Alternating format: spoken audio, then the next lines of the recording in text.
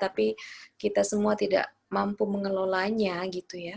Jangankan melakukan futuhat seperti generasi terdahulu, apa yang kita punya saja tidak bisa kita kelola dengan baik, kan begitu. Sehingga itulah kenapa saya tuliskan itu dalam buku pertama saya, Menjadi Muslimah Negarawan, dan alhamdulillah tahun ini bisa lebih fokus ya, bisa lebih diurai dalam buku terbaru saya, buku terbaru kami, karena saya menulisnya dengan tim ya,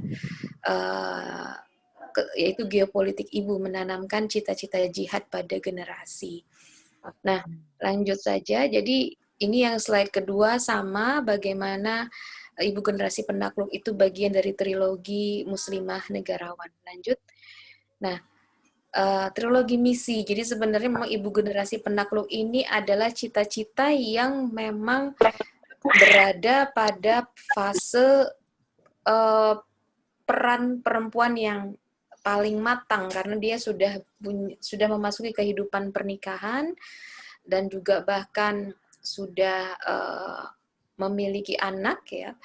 Nah, kalau sebelumnya saya tidak akan banyak cerita tentang ada cita-cita tentang misi intelektual peradaban, misi penggerak opini. Mungkin ini bisa berlaku pada fase sebelumnya, saat aktivis muslimah masih di dunia kampus, saat aktivis muslimah masih single, masih gadis gitu ya, penggerak opini Islam, kalangan milenial yang belum menikah gitu. Saya pikir itu relevan. Tapi ketika kita berbicara generasi, ibu generasi, tentu tidak bisa lepas dari apa yang disebut dengan kehidupan pernikahan. Dan ini tantangannya juga semakin berat. Dan saya melihat satu kegelisahan yang saya tangkap adalah ketidaksiapan ya, karena sistem pendidikan sekuler hari ini tidak memberikan ilmu formal tentang bagaimana menjadi parents, bagaimana menjadi orang tua gitu. Ya kita lihat kenapa akhirnya kajian-kajian parenting itu lebih banyak berkembang pada dunia informal ya, dunia pendidikan informal ya, seperti training-training, seminar-seminar atau workshop atau mungkin ceramah motivasi dan lain sebagainya, dibanding itu benar-benar diajarkan di pendidikan dasar dan menengah kita. Nah, itulah yang kenapa kemudian kita sebagai sosok muslimah, aktivis yang ideologis, ya saya sebutnya sebagai muslimah negarawan, itu memang harus bisa merangkai peran-peran ini, termasuk menyiapkannya bagi teman-teman atau adik-adik yang belum memasuki kehidupan pernikahan pun saya pikir ini sudah harus tergambar, karena banyak sekali yang terjadi ketika di kampus, mungkin aktivitasnya sangat dinamis, sangat sibuk ya, super sibuk, tapi begitu memasuki kehidupan pernikahan, karena bisa jadi persiapannya minim, kemudian ilmunya juga belum memadai, akhirnya tertatih-tatih, akhirnya seperti kembali dari nol lagi.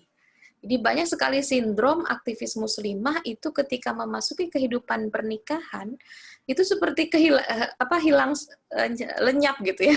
Karena mungkin ya tidak bisa kita salahkan 100%, tidak ada dukungan dari sistem pendidikan kita hari ini, sistem masyarakat kita yang nilai-nilainya materialistik gitu. Kemudian juga banyak hal ya, kemudian berhadapan dengan anak, kondisi keuangan dan lain sebagainya. Nah, itu yang terjadi pada potret dunia aktivis hari ini. Padahal sebenarnya kenapa kita perlu mencita-citakan ini, dan bahkan kajian seperti ini harus dilakukan sejak usia balik gitu ya, sejak bagaimana dalam kurikulum pendidikan Islam itu kan sejak SMP, SMA pun anak-anak perempuan itu diajarkan mata pelajaran memasak ya, kerumah tanggaan gitu.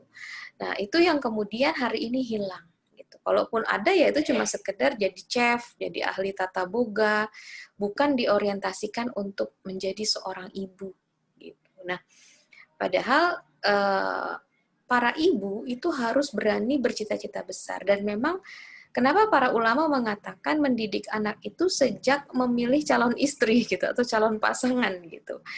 Karena kita lihat kualitas cita-citanya. Saya banyak menuliskan fragmen kisah sejarah ya dalam buku saya, baik itu istrinya ibunya Salahuddin Al-Ayyubi ya, bagaimana beliau bertemu dengan ayahnya Salahuddin itu dengan kondisi memiliki cita-cita besar, yaitu menaklukkan kembali Baitul Maqdis dari tangan Yahudi pada kala itu ya, dari tangan Yahudi kala itu.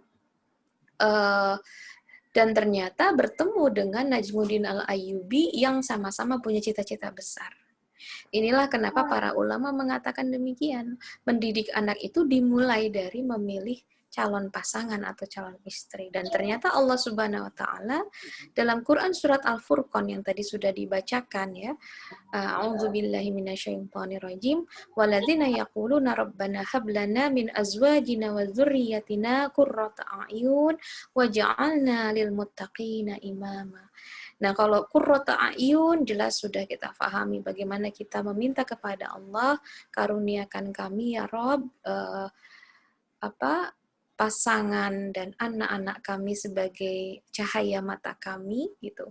Dan yang terakhir, dan jadikan kami pemimpin bagi orang-orang bertakwa. Ini satu hal yang sebenarnya maknanya sangat dalam gitu. Sangat dalam. Imamul muttaqin atau pemimpin orang-orang bertakwa adalah mereka yang selalu memberikan inspirasi kebaikan bagi orang-orang beriman itu sendiri gitu. Dan pahalanya mengalir karena inspirasi itu, karena ketaatannya, keteladanannya. Itu yang disebut dengan Imamul Muttaqin dalam tafsir Quran surat Al-Furqan ayat 74. Nah, tentu sangat tidak mudah bagi kita kaum ibu berani bercita-cita besar seperti ini, apalagi kalau kita kaitkan dengan Masya Allah ya, judulnya sudah Ibu Peradaban ya. Jadi memang visi peradaban ini memang tidak mudah sama sekali. Nah, kebetulan memang cita-cita besar muslimah ya, kalau kita maknai dalam konteks tadi Al-Furqan ayat 74, yaitu ya jelas cita-cita untuk melahirkan generasi pemimpin. Ini saya cuplikan gambar Sultan Muhammad Al-Fatih ya, dalam kalau tidak salah ya, mohon dikoreksi, dalam film Penaklukan Konstantinopel kalau tidak salah. Jadi bagaimana beliau sebelum melakukan apapun aktivitas di dunia, beliau tidak lupa koneksinya dengan akhirat, yaitu dengan sholat gitu ya, cita-cita parenting, dan lahirlah dan tentunya kita ingin anak-anak kita, generasi di bawah kita memiliki kualitas cita-cita seperti ini ya. Lanjut. Nah, apa yang bisa kita lakukan? Nah, yang pertama, ini mungkin sudah banyak dikaji. Misi pertama adalah secara personal, menjadi ibu tangguh. Misi kedua nanti saya akan elaborasi bagaimana kita menjadi ibu generasi penakluk, karena itu memang tahap berikutnya setelah kita tangguh dulu.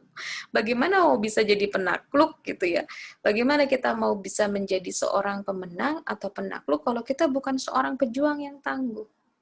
Nah, ini kebetulan pada saat itu tahun 2016-2017 Imun cukup aktif mengumpulkan para ustazah untuk melakukan diskusi muslimah negarawan, dan tema Ibu Generasi Penakluk, tema parenting ini kami kutipkan ya. Jadi beberapa dari Ustazah Reta Fajriyah, dari Ustazah Sulistiawati, Ustazah Dede Wahidah Ahmad, Masya Allah gitu, kita saling berdiskusi dalam kelas. Waktu itu masih belum ada Zoom ya, masih memakai kelas di Telegram gitu.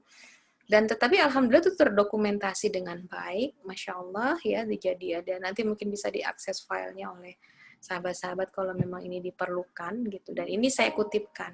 Bagaimana kembali pada misi awal kita untuk menjadi generasi penakluk yang sebelum ke arah sana tentunya kita sendiri harus tangguh gitu ya.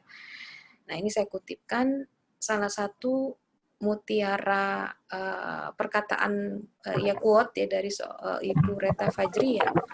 Mendidik anak itu sesungguhnya adalah mentransfer jiwa kita. Jadi kalau ketika kita mendidik memang harus sepenuh hati, sepenuh jiwa, dan disertai dengan takorub ya kepada Allah.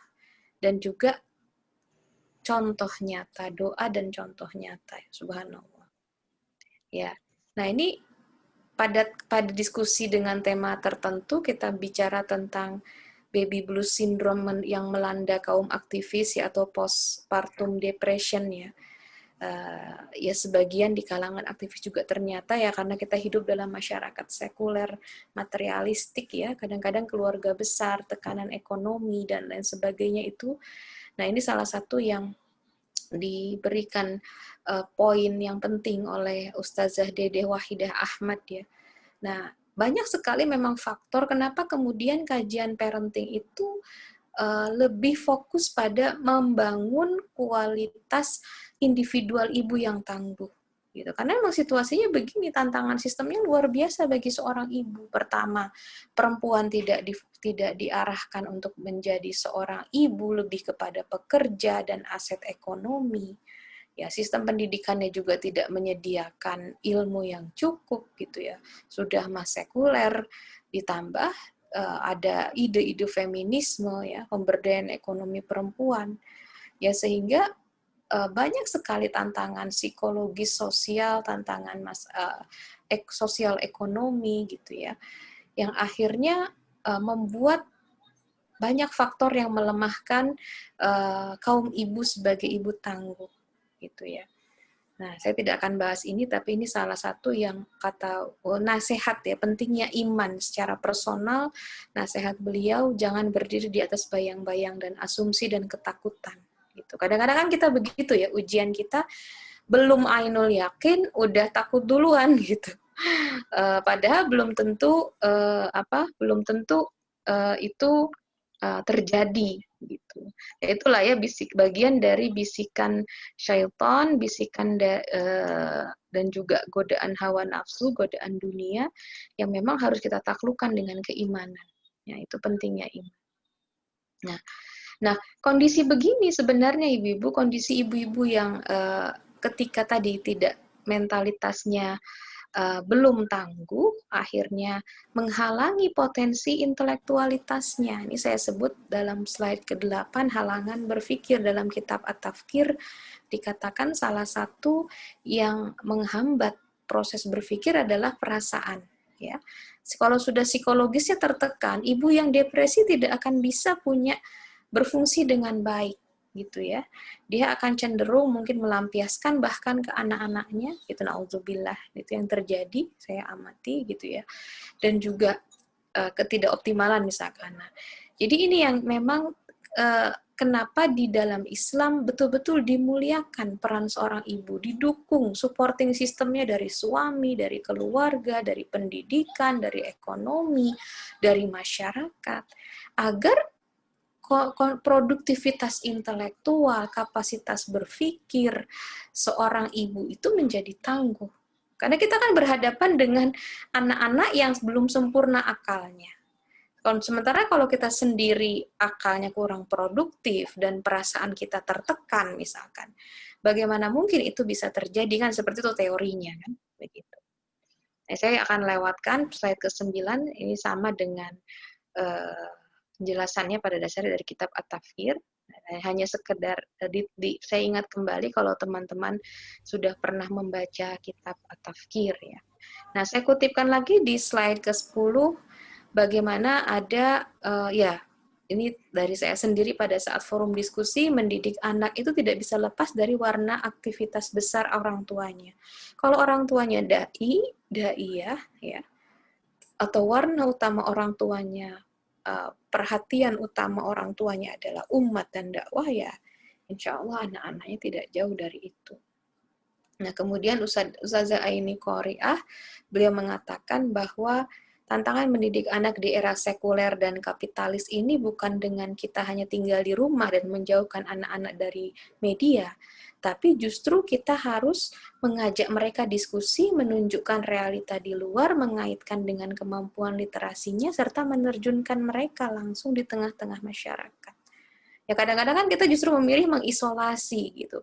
Ya memang kita harus paham timingnya kapan, mungkin sudah ada ilmunya ya dari praktisi parenting yang lain, kapan mereka harus ditumbuhkan kepedulian terhadap umat. Karena didiklah anak muda, sesuai dengan zamannya, itu kan yang disampaikan oleh sahabat Ali bin Abi Thalib radhiyallahu anhu gitu.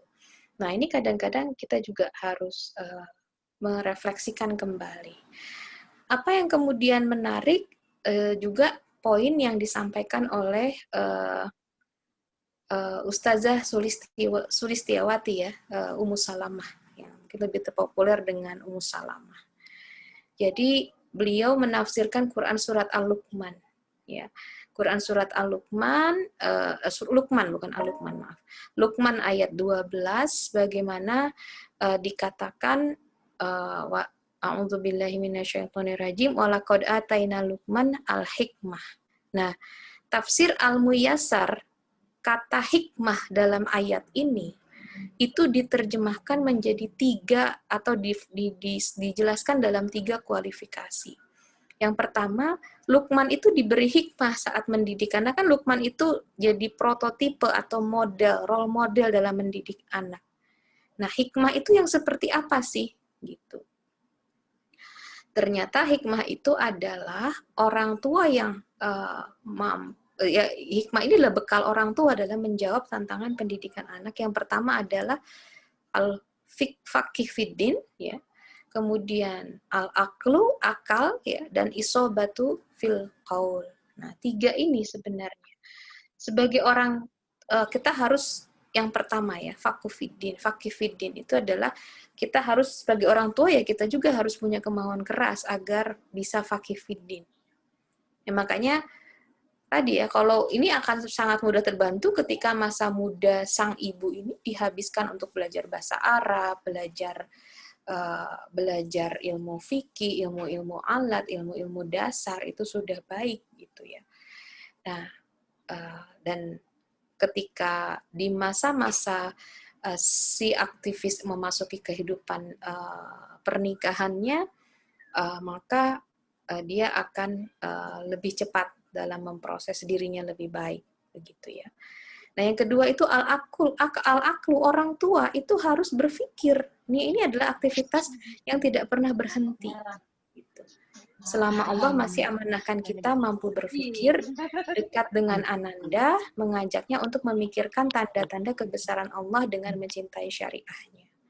Nah, ketiga itu orang tua wajib memiliki karakter isobah fil qaul, benar dalam berkata, tidak boleh inkonsisten, tidak boleh berbohong, tidak boleh menyalahi janji, dan lain sebagainya. Ya.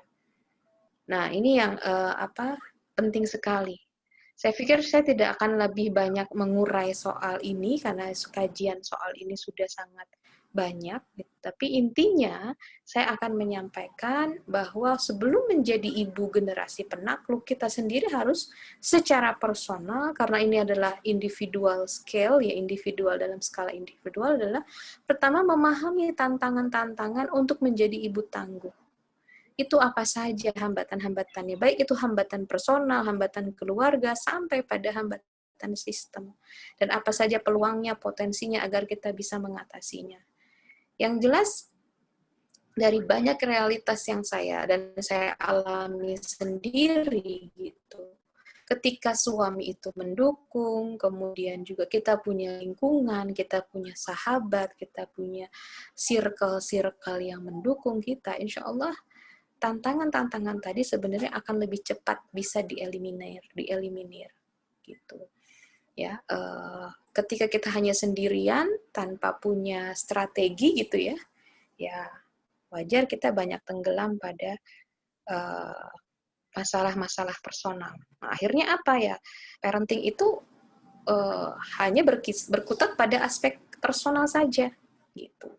Nah, ini tentu yang tidak kita inginkan gitu. Nah, saya langsung kepada slide 16 ya, mungkin waktu juga akan terbatas, jadi saya langsung saja. Misi berikutnya setelah misi awal, nah ini kan saya bilang tadi yang pertama adalah misi awal, ya itu adalah menjadi ibu tangguh. Mungkin ini Ustazah Yanti Tanjung ya, bukunya sudah ada juga.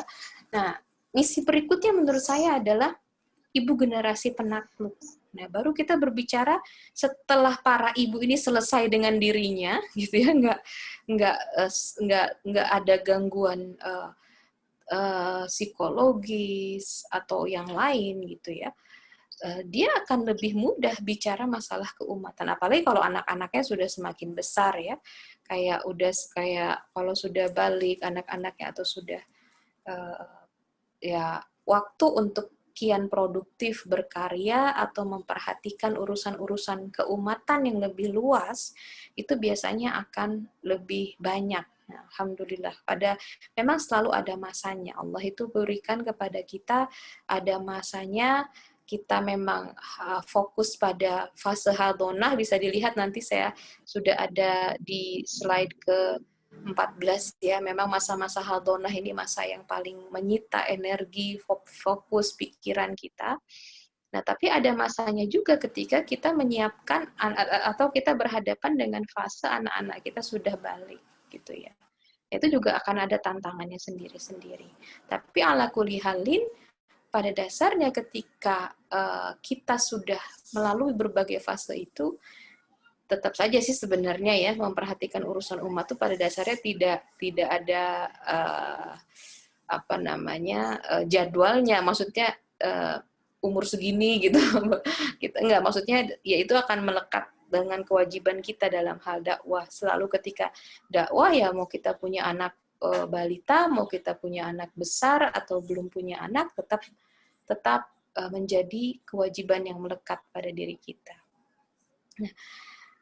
Nah, ini saya berikan bocoran ya pada slide ke-17 buku baru saya gitu, dan teman-teman di Imun. Jadi memang bicara tentang cita-cita geopolitik Islam, memahami apa itu geopolitik Islam, kemudian apa hubungan geopolitik dengan peran ibu dengan sakofah harbiyah gitu ya.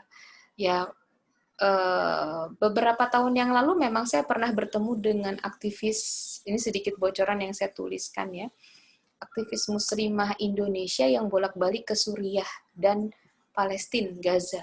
Nah, beliau tuh sampai melakukan wawancara. Beliau bercerita dan itu sangat membekas pada diri saya. Beliau itu melakukan wawancara kepada kaum ibu di Gaza. Kenapa Anda tidak meninggalkan jalur Gaza? Bukankah UNHCR ya, PBB itu sudah menyediakan camp-camp pengungsian. Gitu. Ternyata kaum ibu di sana menjawab, kami tidak mau karena sehari di tanah ribat itu lebih baik daripada dunia dan seisinya. Masya Allah. Nah itu selain kekuatan iman, menurut saya, apalagi gitu ya. Yang kedua adalah pemahaman terhadap sakofah harbiyah. Ya, ibu yang memiliki sakofah perang, yang siap melahirkan para mujahid-mujahidnya. Gitu kan. Pemahaman apa itu tanah ribat aja hari ini belum tentu semua paham. Apa itu tanah ribat? Kita paham namanya perbatasan itu ya sengketa dengan Malaysia, Sipadan Ligitan gitu ya. Jalur-jalur perbatasan. Padahal ada sakofah Islam tersendiri terkait dengan itu. Dan ketika kaum ibu nggak ngeh akan hal itu kan menurut saya jadi problem juga, gitu. Ketika kaum ibu hanya memikirkan, ya tadi, sumur, kasur, dapur, gitu ya, wawasan atau sakofahnya belum sampai ke sana. Ini yang akan salah satu kenapa keresahan ini yang membuat kami menuliskan geopolitik ibu. Jadi sisi lain dari parenting, sisi makro atau sisi yang lebih luas dari parenting, itu yang kami ingin tuangkan dalam buku ini. Ya. Nah, ketika kita diminta atau dinasehati oleh sahabat Ali bin Abi Thalib ya, didiklah anakmu sesuai dengan zamannya, maka kita harus kenali dong panggilan zaman, seperti ibundanya Muhammad Al-Fatih, seperti ibundanya Salahuddin Al-Ayyubi, yang memang pada kala itu tantangan geopolitiknya Baitul Maqdis sedang dikuasai oleh pasukan salib, tentara salib. Dan beliau bisa membaca itu. Itu bukan hanya panggilan iman. Ya, maksudnya panggilan imannya itu sudah betul-betul komprehensif bahwa ini masalah iman dan masalah geopolitik menyatu gitu ya. Nah, hari ini apa tantangan kita? Apa yang harus kita persiapkan oleh anak-anak kita? Mau jadi apa? Mau jadi generasi TikTok atau generasi YouTuber gitu ya? Yang sekarang cita-cita kan sudah bergeser ya Ibu-Ibu. Rata-rata udah nggak mau lagi jadi pilot, dokter, atau pegawai negeri, tapi lebih mau jadi YouTuber anak-anak milenial sekarang, generasi Z gitu ya, Gen Z dan lain-lain. Banyak tipologi-tipologi generasi yang diklasifikasi oleh para ilmuwan psikologi hari ini ya, dan memang banyak sekali pergeseran atau shifting dari kecenderungan generasi per generasi itu. Gitu. Tapi yang tetap adalah masalah umat itu sendiri, dan bahwa kita pahami betul terjadi krisis generasi, ya, terjadi krisis generasi. Digambarkan dalam salah satu buku yang saya baca, ketika putra-putri Yahudi itu sibuk menikmati kelas-kelas di Harvard, di Yale gitu ya. Nah, anak-anak putra mahkota kerajaan Arab ya itu malah sibuk di hotel bintang 5, berpesiar di kapal mewah, hidup bermewah-mewahan. Nah, bagaimana mungkin putra-putri kaum muslimin bisa menjadi ketika putra-putri atau generasi kaum Yahudi itu mereka menikmati ilmu di bangku-bangku kampus-kampus universitas bergengsi di dunia, sementara putra raja dari kerajaan negara-negara Arab malah sibuk berfoya-foya kan, itu satu sindiran yang menurut saya sangat telak gitu. Itulah krisis generasi kaum muslimin hari ini. Mereka dengan mudah dan murah dibeli oleh harta. Semurah itu orientasi hidup mereka. Padahal namanya ilmu itu jauh lebih mahal daripada daripada sekedar kehidupan mewah gitu. Karena itu memang ketika kita sudah mengenali panggilan zaman, wilayah Islam terpecah belah, krisis generasi, penjajahan dunia Islam, ya Muslim Uighur, Muslim Patani, Muslim Rohingya gitu ya. Kita harus menyiapkan generasi kita, siapa yang akan bisa kembali merajut wilayah yang terpecah belah itu, ya. Kesatuan kaum muslimin, kesadaran ruang, ya. Dan disinilah kemudian kita bersama-sama, namanya ibu generasi penakluk itu memang bukan peran individual ibu-ibu, itu peran berjamaah, ya. Peran komunal kaum muslimah. Tapi tadi dengan syaratnya secara individual kita adalah ibu tangguh, ya. Nah, apa yang disampaikan oleh Ustadz Muhammad Ismail dalam Fikrul Islam, ya, ada kalimat ya, 3 ciri kesadaran politik. Saya kutip yang pertama, yang adanya perhatian terhadap kepentingan umat dengan perhatian yang sempurna.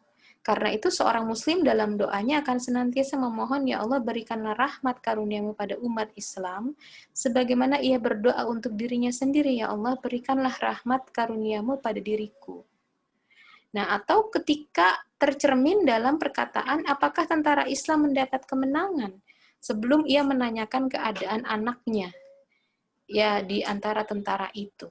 Masya Allah. Jadi itu salah satu contoh, indikator ya, bagaimana kaum ibu yang punya kesadaran politik itu akan menempatkan kejayaan dan kemuliaan Islam dan umat Islam di atas dirinya, ya, subhanallah. Nah, ya ini ciri kedua dan ciri ketiga saya tampilkan juga, tapi yang relevan, sangat relevan dengan pembahasan kita adalah yang pertama ya. Kenapa kemudian judul kita menjadi ibu generasi penakluk berbasis kesadaran politik Islam. Ya.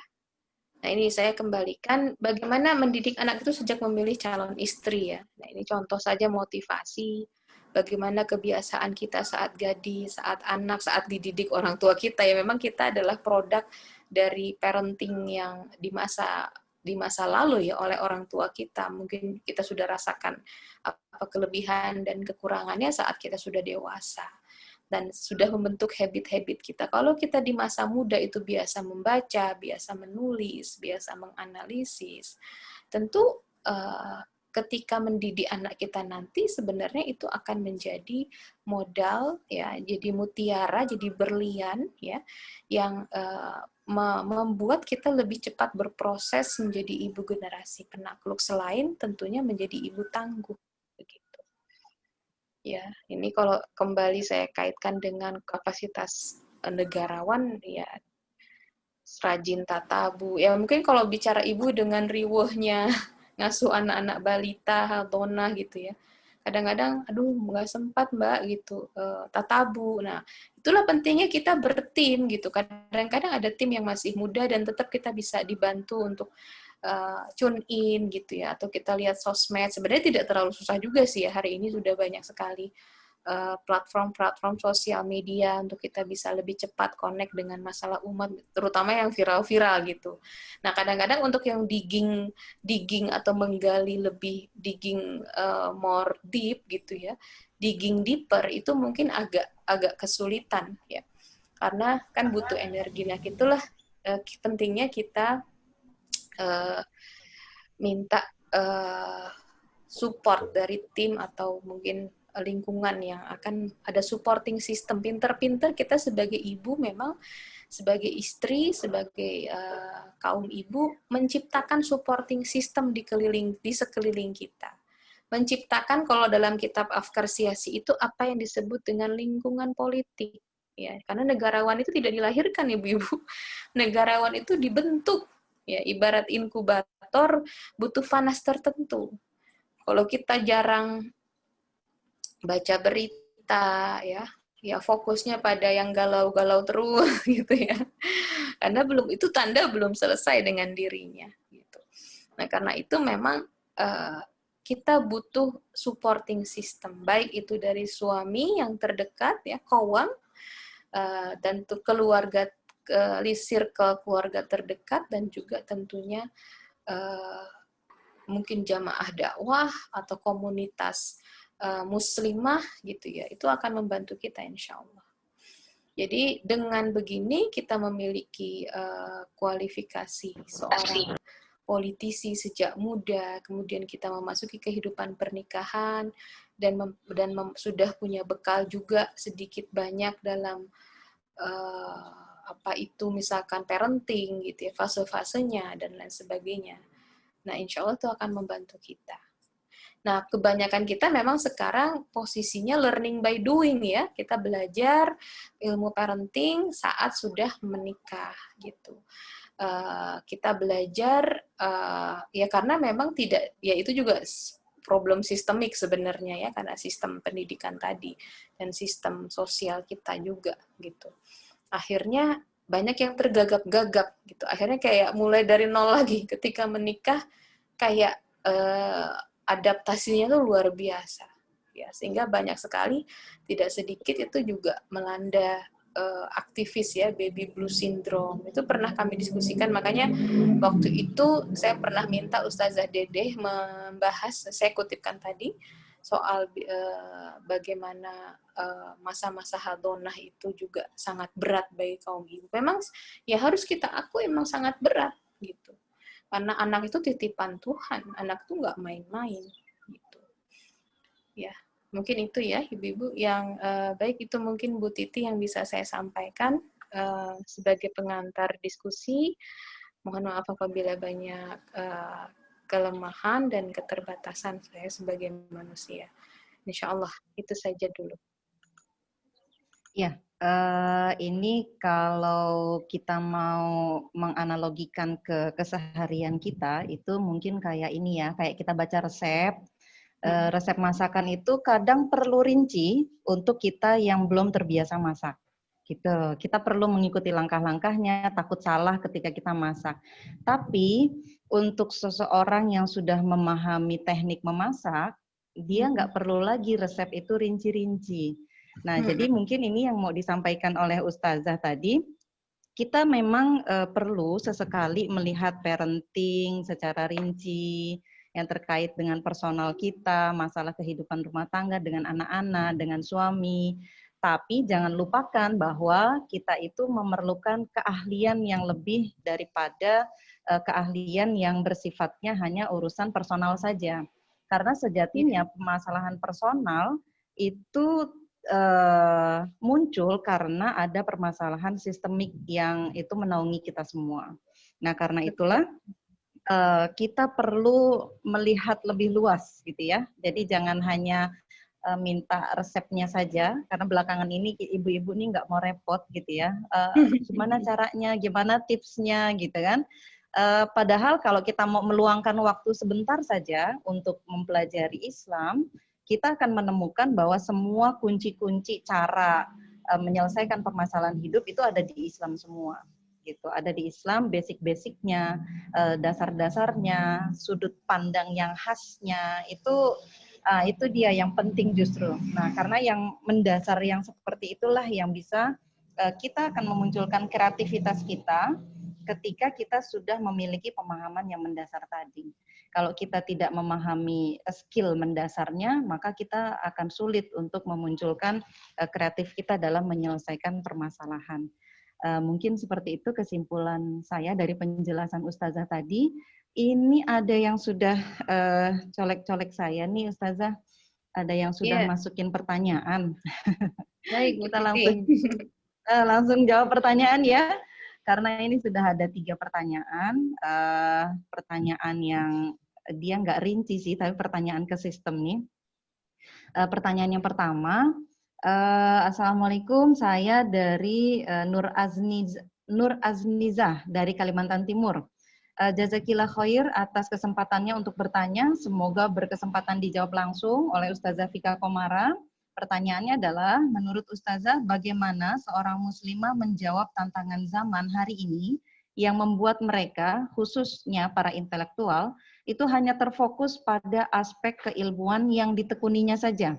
Sehingga tatkala disodorkan perkara di luar itu, misalnya perkara hal yang Islam geopolitik atau semisal hal geopolitik atau bahkan Islam kafah gitu ya, terbilang cukup banyak yang anti atau apatis atau tidak peduli bahkan menolak untuk memahaminya. Nah, ini pertanyaan pertama Ustazah. Silakan.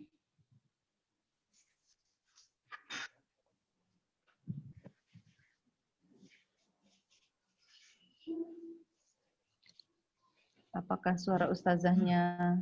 Oh, masih di mute. Belum dibuka.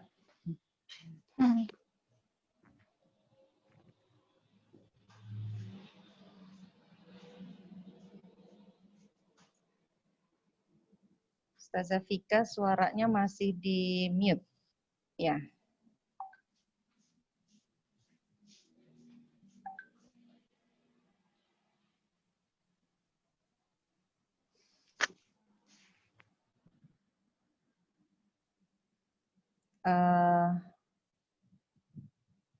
Hostnya bisa dibantu di unmute.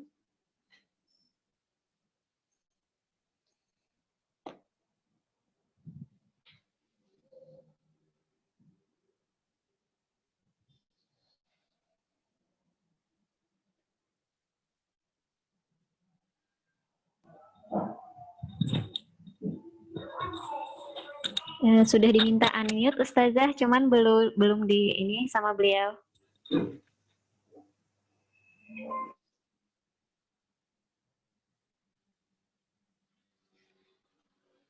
Ya, kita tunggu sebentar ya, karena mungkin masih ada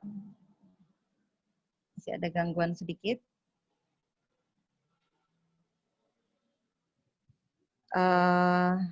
Dari tadi gambarnya Ustazah nggak muncul ya? Iya, Masya Allah. Ini beliau minta unmute. Di sini pilihannya Ustazah cuma ada ask to unmute. Atau dikeluarkan dulu apa ya beliau ya? Ya, biar aja tunggu. Soalnya kadang sinyalnya terganggu. Ini kalau sampai tidak menampilkan wajah, tapi suaranya masih terdengar, ini biasanya karena gangguan sinyal.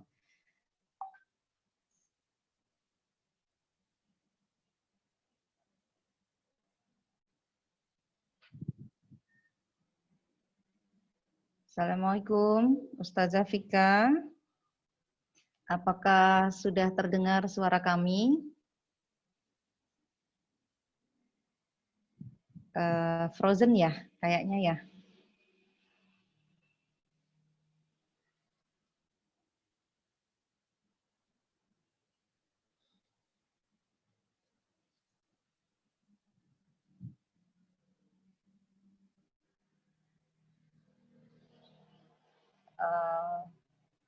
Terkick keluar ya.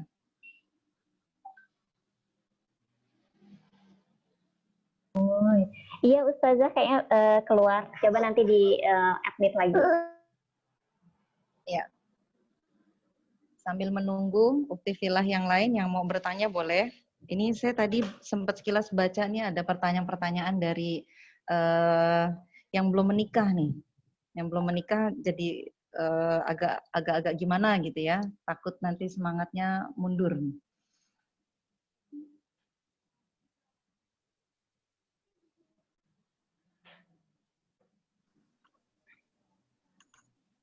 Afwan, saya tadi hang Zoom-nya nggak bisa unmute. Sudah normal belum? Maaf Bu Titi.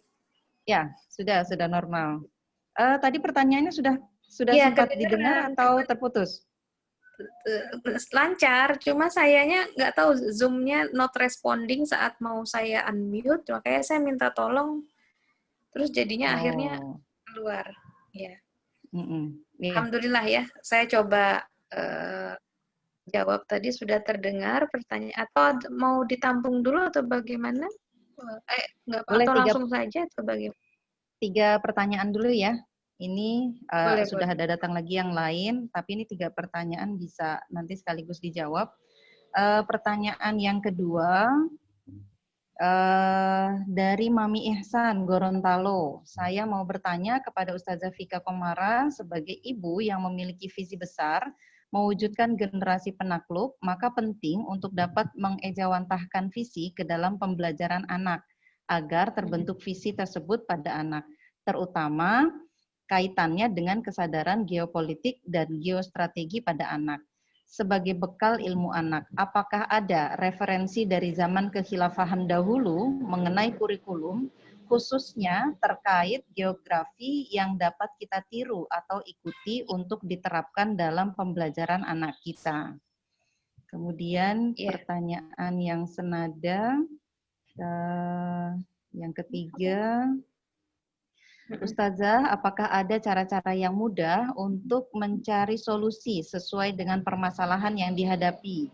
Mengingat saat ini begitu ngerinya pengaruh-pengaruh negatif dari luar lingkup keluarga yang dirasa bertubi-tubi dan tidak jarang sedikit membuat kewarasan para ibu terguncang. Adakah ilmu dasar membentuk visi dan misi sesuai karakter keluarga untuk para ibu? Iya. Yang pertama dulu tadi kayaknya Bu ya. Iya. Yang pertama tadi saya agak lupa terkait dari Nur Aznizah. Para intelektual yang hanya fokus, ya intelektual yang fokus hanya pada keilmuannya saja. Baik, jadi memang kalau bicara tantangan hari ini, terutama kaum ibu yang masuk dalam dunia akademik ya. Kalau saya sih saya tidak cenderung menyebutnya akademisi kalau kita bicara tantangan keilmuan hari ini. Karena kalau intelektual kan sifatnya lebih luas ya. Intelektual lebih luas sifatnya dan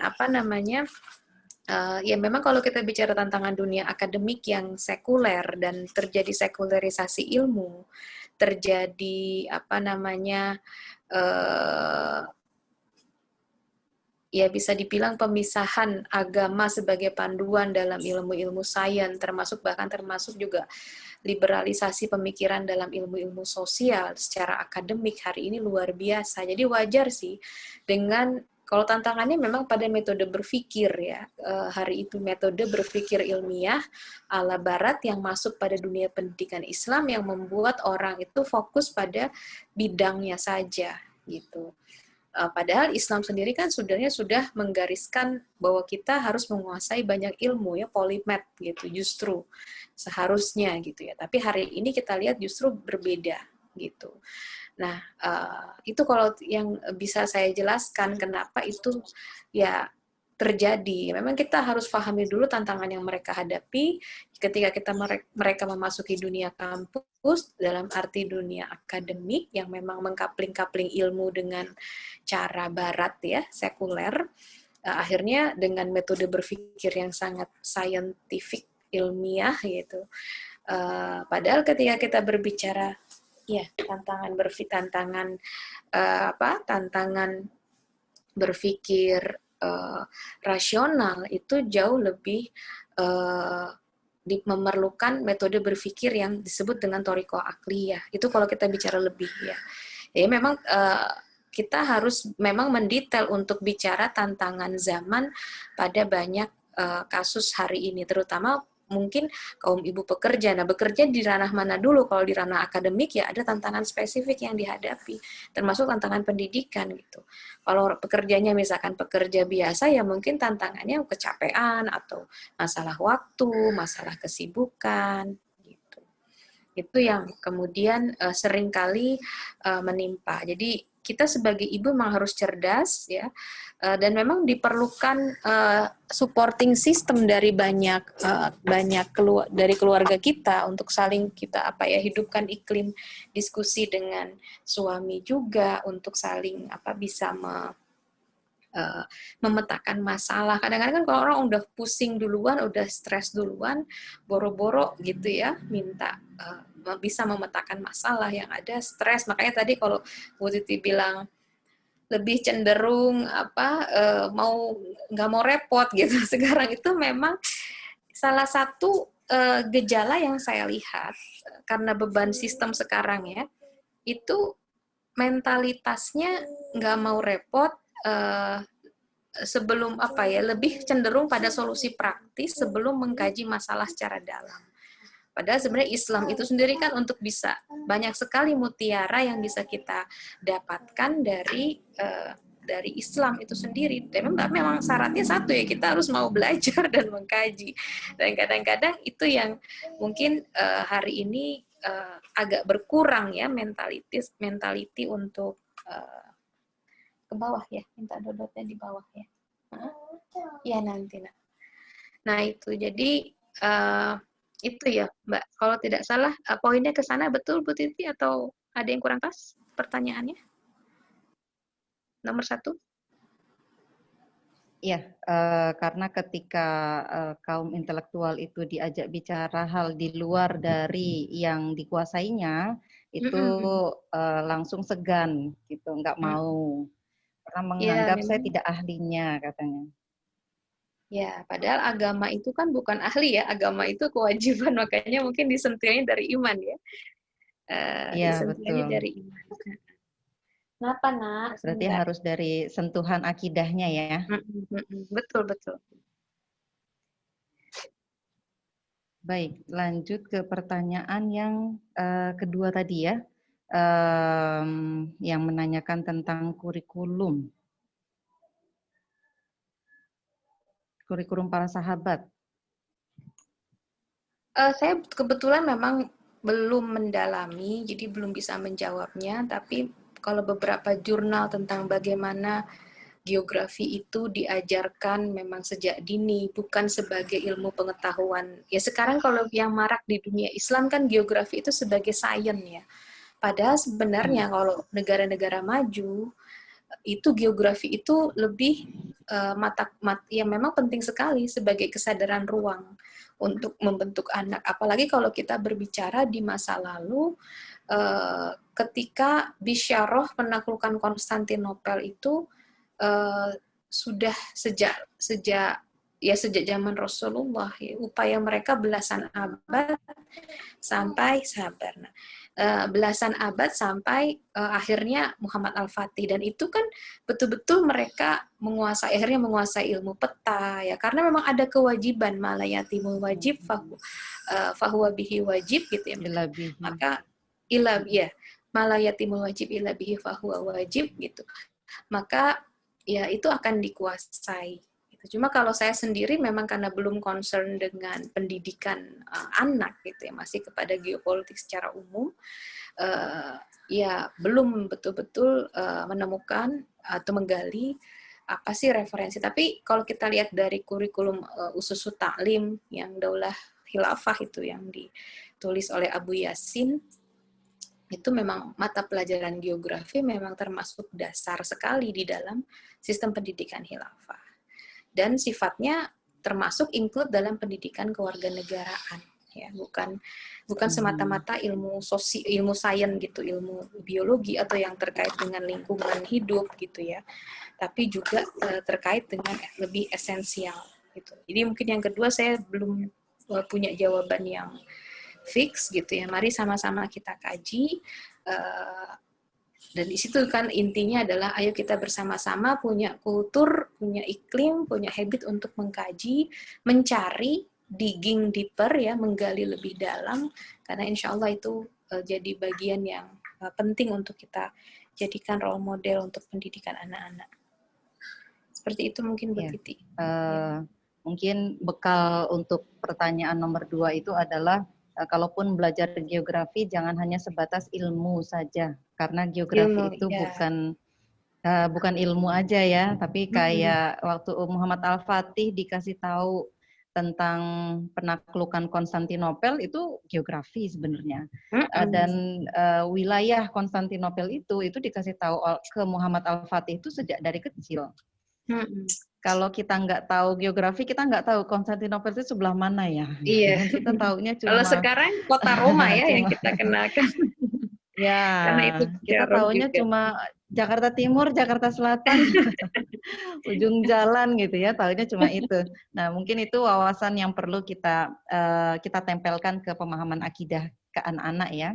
Bahwa ini adalah bumi Allah, ini adalah nanti menjadi wilayah yang memahami Islam. Nah, itu mungkin dasarnya nanti kita gali lagi apa saja sih yang disampaikan oleh Rasulullah dan para sahabat yang kalau sekarang ilmunya dipahami dengan geografi tadi ya. Iya, bahasanya penguasaan wilayah gitu ya. Bahasanya bahasa iman ya. Ke iman. Oke, pertanyaan yang ketiga tadi tentang visi dan misi sesuai karakter keluarga untuk para ibu. Ilmu dasar membentuk visi dan misi sesuai karakter para ibu di zaman sekarang. Soalnya zaman sekarang beda nih dengan zaman dulu ya. Yang ditanya cara mudah untuk mencari solusi sesuai dengan permasalahan yang dihadapi, mengingat saat ini begitu ngerinya pengaruh-pengaruh negatif dari luar lingkup keluarga yang bertubi-tubi sehingga membuat kewarasan para ibu terguncang. Adakah ilmu dasar membentuk visi dan misi untuk para ibu sesuai karakter keluarga? Ya, ilmu dasar sebenarnya sudah tersedia banyak, seperti kata Bu Titi juga ya, tersedia banyak di dalam Islam. Dan justru tantangannya sekarang, apakah ibu-ibu semua bisa gitu, melahirkan karya untuk itu dari pengalaman masing-masing, dari upaya masing-masing. Karena memang tidak ada cara mudah. Kalau ditanya cara mudah, memang tidak ada yang mudah gitu. Seorang pemimpin, apalagi kita ingin melahirkan generasi pemimpin. Saya juga bercerita dalam buku saya tentang sosok Khaizuran. Dia wanita di antara 3 orang khalifah. Dan ibunda dari Khalifah Harun ar-Rasyid ya. Beliau itu memang sejak muda, padahal beliau budak ya, suka sekali membaca buku-buku ya. Pernah waktu itu saya mengisi bedah buku Muslimah Negarawan tahun 2016 di Bantul ya. Itu bertanya, saya ini tidak tamat SMP Ustazah. Bagaimana mungkin saya sebentar, ada panggilan. Oh ya, ada ini hak yang perlu dipenuhi dulu. Baik, untuk yang masih mau bertanya boleh private kirim ke saya, nanti saya minta sampaikan. Waktu 5 menit ya Mbak ya, sebentar ngambil ini, bikinin. Sebentar. Oh iya, boleh. Ada tayangan dulu yang mau diputar mungkin? Ibu host, sambil menunggu 5 menit. Oh, siap Ustazah. Diulik dulu nggih. Kita nonton Filenya. tayangan dulu ya. Siap. Ya, kita nonton tayangan dulu supaya komersial breaknya kita nikmati bareng-bareng. Silahkan host untuk memutar tayangan.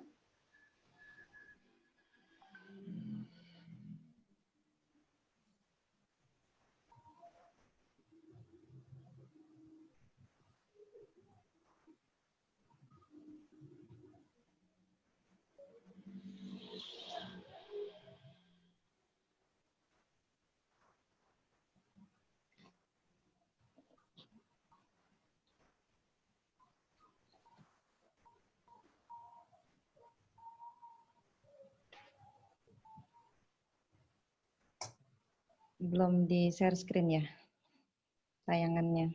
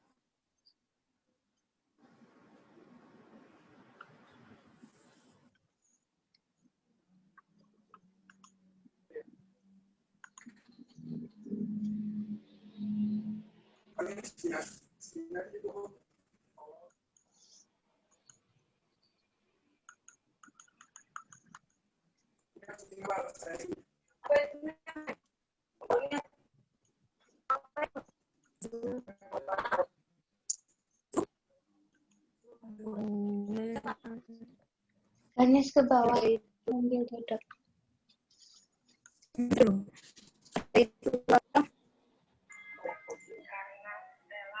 Ustazah Siti, mohon maaf di sini juga ada yang minta dipenuhi haknya.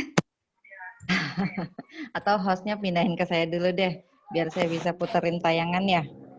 Oke, siap. Ini tayangannya udah ada di saya belum ya? Nah, inilah nikmatnya kita belajar secara online ya. Commercial break-nya itu real situation, jadi situasi nyata, bukan iklan.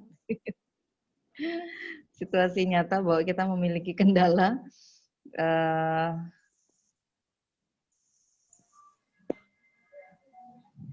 Silahkan Ustazah. Ya, ini masih disable, masih tetap disable kok. Oh, sebentar, bukan yang di situ. Oke, saya coba ya.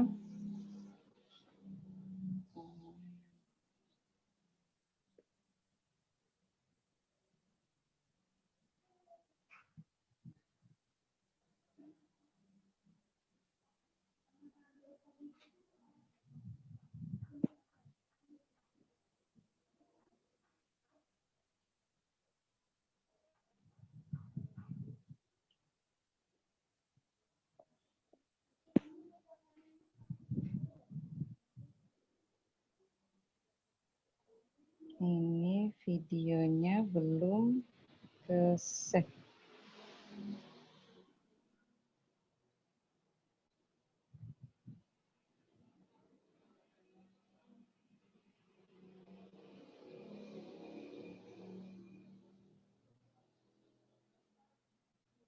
Saya sudah kembali, Bu Titi.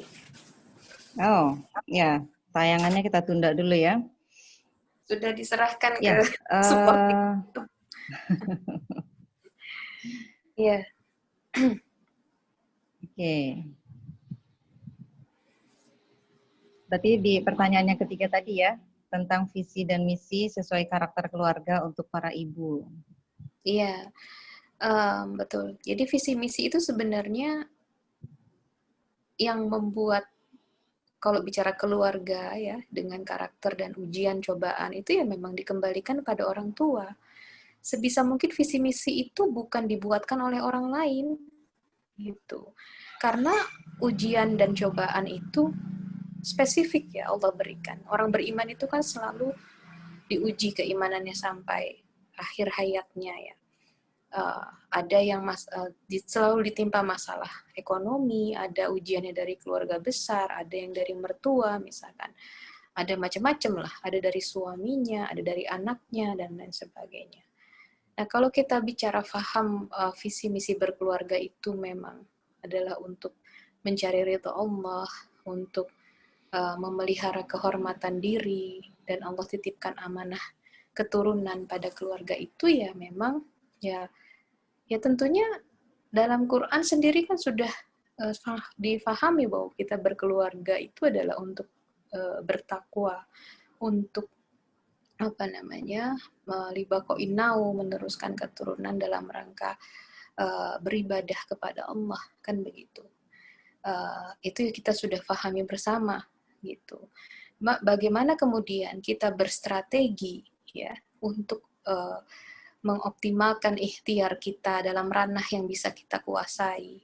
Kalau selain yang sudah Allah takdirkan atau Allah tetapkan untuk kita dengan berbagai ujian hidup tadi, kita optimalkan apa yang bisa kita ikhtiarkan dengan ilmu strategi atau ilmu dengan akal kita. Karena kita harus yakin la yukallifullahu nafsan illa wus'aha, tidak ada satu ujian pun gitu ya yang tidak mampu dilalui. Allah tidak akan memberi ujian di luar kapasitas kita. Justru visi misi perusahaan misalnya nggak mungkin kan dibuatkan oleh orang lain gitu. Nah problem kalau kita bicara kenegaraan, memang salah satu ciri negara yang tidak mandiri adalah ketika visi misinya dibuatkan oleh konsultan asing. Nah, ini problemnya. Nah, begitupun dalam berkeluarga menurut saya, kualitas komunikasi suami dan istri ya, sebelum menikah atau setelah menikah itu memang harus dijaga. Itu kadang-kadang problemnya memang karena kurangnya ilmu ya. Saya pernah melihat kasus terjadi perceraian itu karena ternyata suaminya tidak paham secara detail bagaimana kewajibannya sebagai qawam misalkan. Itu salah satu kasus yang saya temui. Ya, menganggap bahwa pendidikan anak itu ya diserahkan istri, jadi mengikuti nilai-nilai masyarakat kebanyakan. Pendidikan anak itu urusan istri, saya tanggung jawab dalam mencari nafkah saja misalkan. Itu kasus. Jadi kan ini kasus-kasus personal yang memang kita butuh nasihat dari ulama, orang yang paham agama. Padahal di dalam Islam itu digambarkan seorang laki-laki itu qawam, jangankan ya pendidikan anak itu tanggung jawab ayah gitu. Kalau urusan hadonah memang istri, ibu gitu. Tapi mendidik anak itu kewajiban ayah, bahkan mendidik istrinya gitu kan. Mendidik keseluruhan keluarga itu, anggota keluarga adalah sebenarnya imam itu tadi. Tapi kalau urusan hadonah, meskipun tadi dalam konteks praktisnya memang betul ibu itu madrasatul ula ya, sekolah pertama, tapi dalam kacamata perspektif keqawaman kan sebenarnya laki-laki itu dia penanggung jawab utama dalam pendidikan anggota keluarganya termasuk kepada istrinya. Ini ditegaskan oleh perkataan oleh seorang ulama ya, Syekh Abu Usamah. Langsung saya dengarkan dari beliau.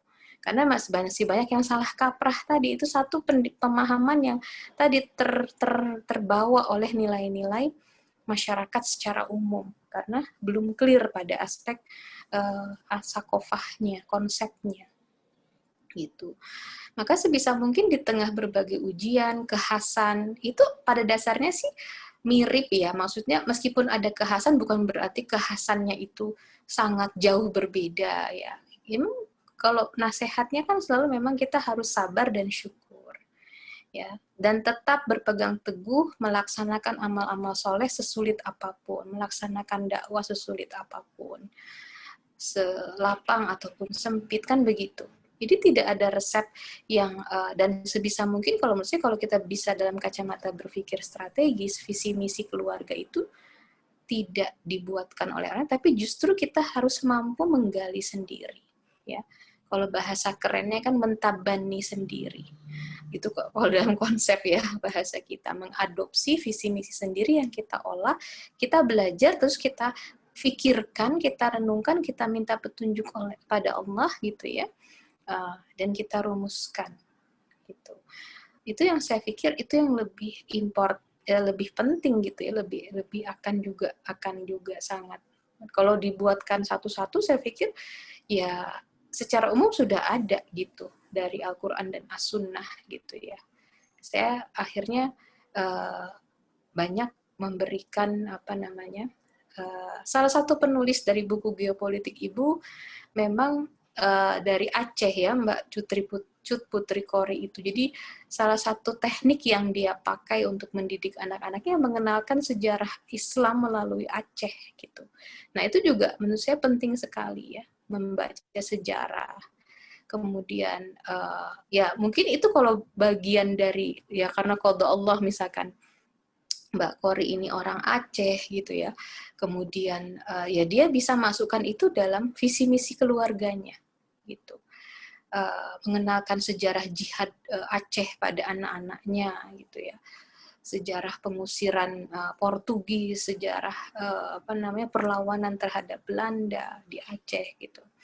Nah, itu mungkin uslub ya yang bisa dipakai dalam dan kita masuk, karena mungkin kondisi orang memang akan berbeda-beda, ada yang aslinya bukan dari Aceh gitu. Tapi maksud saya kerangka besarnya itu sama gitu. Hanya bagaimana kita memang harus secara mandiri mengolahnya gitu. Memang kita perlu inspirasi, kita perlu role model, kita perlu teladan gitu ya untuk mengolah itu semua. Dan memang itu juga menurut saya kunci dari salah satu kunci berikutnya adalah diskusi dengan suami gitu, karena suami itu adalah kawan kita yang supervisor utama. Kalau visi misi kan butuh supervisi ya, yang mengawasi visi itu berjalan atau tidak gitu. Dan supervisinya itu adalah harusnya kawan gitu. Dan ya pembuat visinya juga yang merancang visi misi ya suami istri itu juga. Gitu. Mungkin itu yang bisa saya sampaikan. Jadi sebenarnya bekalnya sudah banyak ditulis dalam Quran ya dan baik itu Bu Titi. Ya, memang kalau mau rinci itu ya kayak minta resep masakan itu ya, minta cara-cara bikinnya gitu kan. Analoginya begitu. Sebenarnya kan kita ini perlu cara memasak. Nah, cara memasaknya itu adalah filosofi memasaknya itulah yang perlu kita kuasai, bukan teknik memasaknya dari resep. Karena kalau resep itu memang itu tergantung chefnya ya. Kalau chefnya suka banyak lada, nanti resepnya ada ladanya. Kalau chefnya tidak suka lada, tidak suka cabai kayak saya gitu ya, semua resep yang ada cabai nggak saya pakai gitu. Meskipun saya pakai bumbu-bumbu yang lainnya. Baik, ini ada pertanyaan lagi dari anak muda nih sekarang.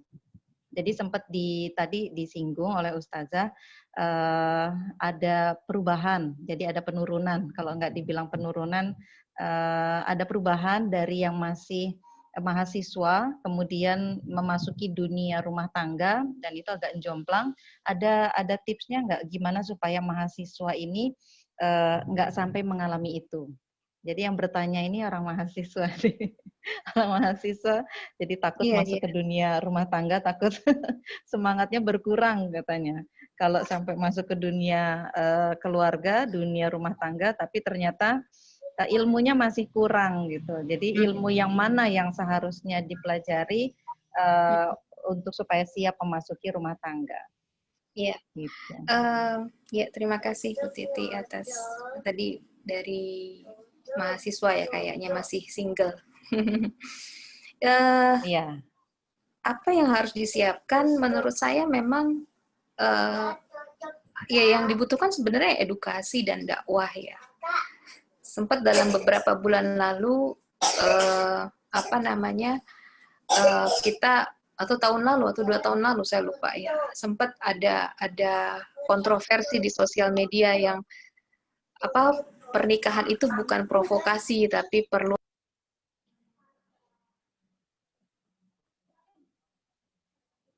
Nah, jadi kadang-kadang memang yang diperlukan bukan segera ayo menikah gitu, menikah dini, menikah usia muda, tapi tanpa bekal yang cukup, akhirnya kan ya banyak kejadian kan terjadi juga di era milenial sekarang.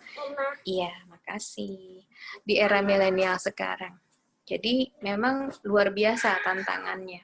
Edukasi terhadap apa namanya, kalangan anak muda ini itu juga perlu disiapkan dan memang diperlukan dan memang menurut saya memang perlu strategi gitu, bukan sekedar learning by doing, perlu persiapan ya, persiapan keilmuan ya, fikih dari mulai fikih munakahat sampai konsep-konsep besarnya gitu. Nah, itu yang harus clear, dan terutama juga kalau sudah menemukan calon pasangan ya harus terjadi dialog kan, visi misi itu kan terjadi sebelum pernikahan, dialog visi misi itu. Seperti yang terjadi antara orang tuanya Salahuddin Al-Ayyubi, ternyata klop gitu, ketemu setelah pencarian begitu lama. Salahuddin Al-Ayyubi bertemu dengan calon istri, calon ibu anak-anaknya, mereka punya visi misi yang clear gitu, yang sama, ingin melahirkan seorang pahlawan pembebas Baitul Maqdis, ya, dengannya kita bisa meraih surga, katanya dengan anak itu kita bisa meraih surga, intinya seperti itu. Nah, klop sekali gitu, padahal pada saat itu banyak sekali apa namanya tawaran kepada beliau, mana yang mana yang apa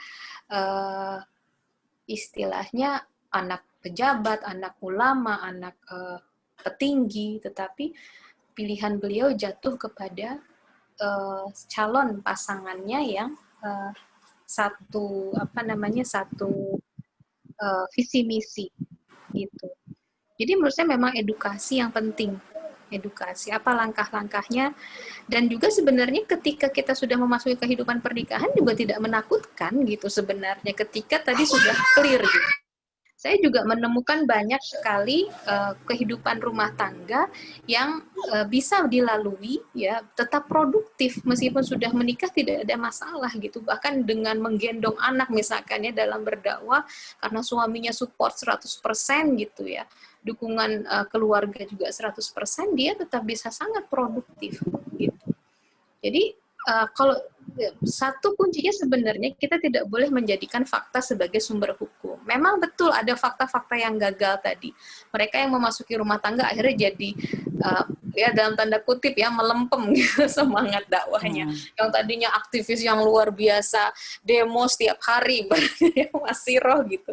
Tapi begitu sudah menikah ya memang macan ada jalanan konsekuensi. bilangnya. Gitu. Kenapa? Kenapa, Bu? Iya. Macan jalanan katanya. Macan jalanan. Kemudian terus, setelah menikah jadi kucing, kucing rumahan katanya. Kucing rumahan. Ya memang ya itulah ya, itu anekdotnya gitu ya.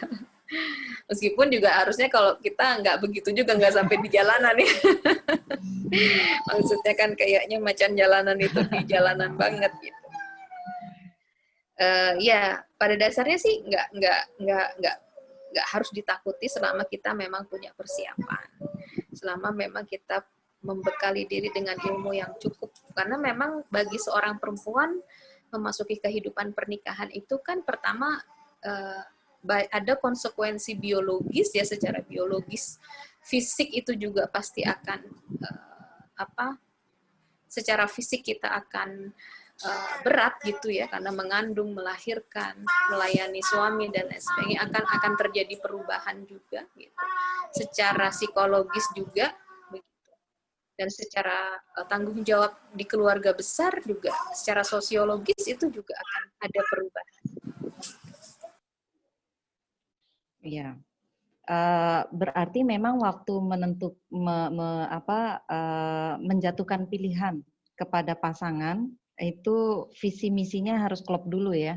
bukan masalah isi kantongnya aja yang kita lihat gitu ya, sama gantengnya aja, tapi lihat visi misi pasangan kita itu ya. Kalau untuk membentuk rumah tangga, kalau tidak sevisi, bahwa kita ini menginginkan ada perubahan di tengah-tengah masyarakat, mobil khusus perubahan sistem gitu ya, mungkin nggak cocok juga gitu. Kalau hanya dia menginginkan perubahan akhlak saja misalnya, oh berarti perlu ada ilmu yang ditambah dulu ke pasangannya sebelum dilanjutkan ke pernikahan gitu. Kayaknya mesti ikut pranikah dulu kayaknya tuh. Iya. Persiapan pranikah. Zaman Betul. pranikah dulu kayaknya baru boleh ngelamar anak orang gitu ya. Iya. Ya, jadi untuk yang mahasiswa jangan takut. Insya Allah nggak akan ini kok. Kalau kita dari gadisnya rajin gitu ya, insya Allah nanti dapatnya rajin asalkan tidak menurunkan standar. Nah, yang agak belok itu kan turunan jadi turunan itu karena menurunkan standar kali ya. Jadinya dia agak turunan gitu. Kita lanjut ya ke pertanyaan berikutnya dari Syafina Surabaya yang bertanya tentang 3 kompetensi menghadapi tantangan zaman. Poin ketiga yakni peka terhadap panggilan zaman dan memiliki kesadaran ruang. Bagaimana membentuk kompetensi ini dalam sistem sekuler kapitalisme? Afwan, karena masih belum tergambar bagaimana mengkaitkan antara cita-cita parenting dengan cita-cita geopolitik jihad. Nah, pertanyaannya gitu. Jazakillah khair. Ya, Gimana menghubungkannya sebenarnya dengan kisah Salahuddin Al-Ayyubi tadi kayaknya lebih real ya. Saya tidak akan bahas secara konsep karena menjawab panggilan zaman itu kan kita lihat tantangan betul-betul yang ada di hadapan kala itu ketika ya di masa itu Baitul Maqdis sudah lama dikuasai kaum muslimin kemudian direbut setelah 80 tahun ya sudah 80 tahun jatuh ke tangan tentara salib, tentu itu jadi perbincangan yang luar biasa di secara internasional ya, kalau bahasanya ibaratnya sekarang jadi berita-berita di media gitu kan, jadi perbincangan di kalangan tokoh kan seperti itu. Nah, tentu kita sebagai menjawab panggilan zaman, apa sih di zaman ini? Kalau kita kaitkan, kalau zaman ini mungkin bukan karena sudah tidak ada lagi perang salib, gitu, dan sudah tidak ada lagi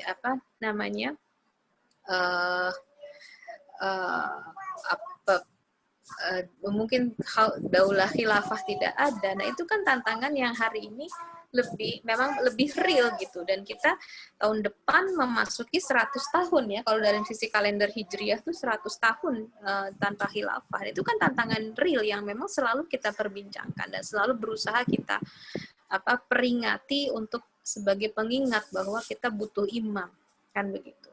Nah, karena hilangnya kekhilafahan ini, maka muncullah negara-negara bangsa, lebih dari 50 negara tercerai-berai. Dulu yang memang daulah Islam itu menyatukan negeri-negeri muslim, kaum muslimin itu tidak pernah terpecah belah seperti ini ya, separah ini.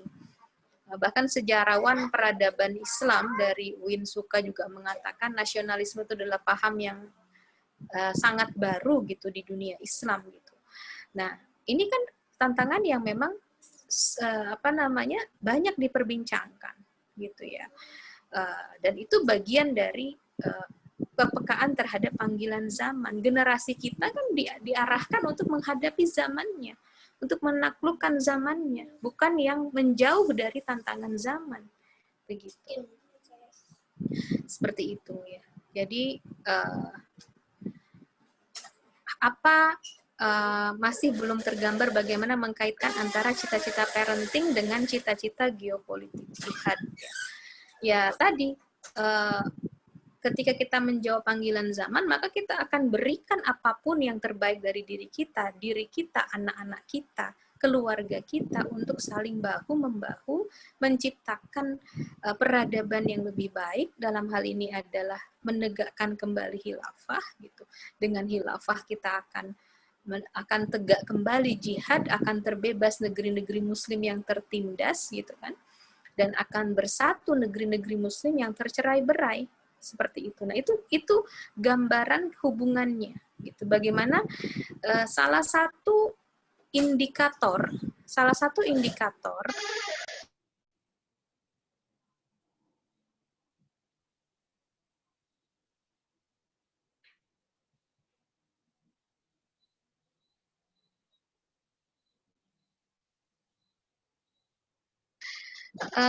satu kualifikasi seorang yang dikatakan memiliki pengalaman politik adalah pertama, dia memiliki informasi politik. Nah, informasi politik itu salah satunya adalah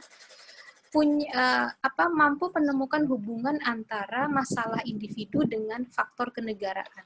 Nah, begitupun ketika kita punya pengalaman politik, kalau kita ibaratkan kembali dengan Salahuddin Al-Ayyubi tadi, dia cita-cita individunya dia selalu hubungkan dengan apa kebutuhan negaranya. Dalam hal ini adalah kebutuhan kekhilafahan saat itu, yaitu menaklukkan kembali Baitul Maqdis. Nah, jadi memang kadang-kadang kan begitu ya, sering terputus antara faktor individu dan faktor negara. Itu memang sengaja diputus untuk menumpulkan kesadaran politik kaum muslimin ya hari ini begitu. Jadi sebenarnya hubungannya memang tidak secara langsung tapi terasa. Ya, kalau kita lihat orang-orang besar itu selalu bisa mengkaitkan antara visi misi pribadinya dengan visi misi kehidupan peradaban, kehidupan bernegara. Kalau kita bicara tantangan geopolitik hari ini kan runtuhnya khilafah. Dari runtuhnya khilafah muncul banyak sekali masalah-masalah besar, tercerai-berai, kemudian krisis generasi gitu ya. Kemudian ya itu dikatakan induk segala kejahatan itu ya runtuhnya khilafah itu. Quran itu ya hari ini kita tahu bagaimana insiden perobekan Quran diludahi di Swedia, di Norwegia malah dibela oleh otoritas setempat. Charlie Hebdo terus menayangkan kartun-kartun Nabi Muhammad karena tidak ada satupun junnah atau yang bisa menjadi efek penggentar ya, efek yang bisa menggentarkan musuh-musuh Islam sehingga mereka berani ngenyek. Kalau bahasa orang Jawa kan orang yang nggak ditakuti pasti mudah sekali untuk dienyek ya, dihina gitu. Karena dia juga nggak takut, siapa juga yang mau bela dia kan gitu. Ini kondisi kaum muslimin hari ini kan seperti itu. Jadi hubungannya sebenarnya lebih real dan dicontohkan betul oleh Salahuddin, orang tua dari Salahuddin Al-Ayyubi. Cita-cita parenting dengan cita-cita geopolitik. Memang geopolitik di sini sebelum ke jihad memang khilafah dulu ya. Karena bicara tantangan geopolitik itu salah satunya adalah kebutuhan kaum muslimin hari ini pada kepemimpinan global kaum muslimin yang menyatukan dan menerapkan hukum-hukum Allah. Itu kan yang hari ini. Kita tahu bagaimana kita tidak lagi bisa berharap pada penguasa-penguasa Arab hari ini. Satu demi satu mereka menormalkan hubungan dengan negara laknatullah Israel. Ya.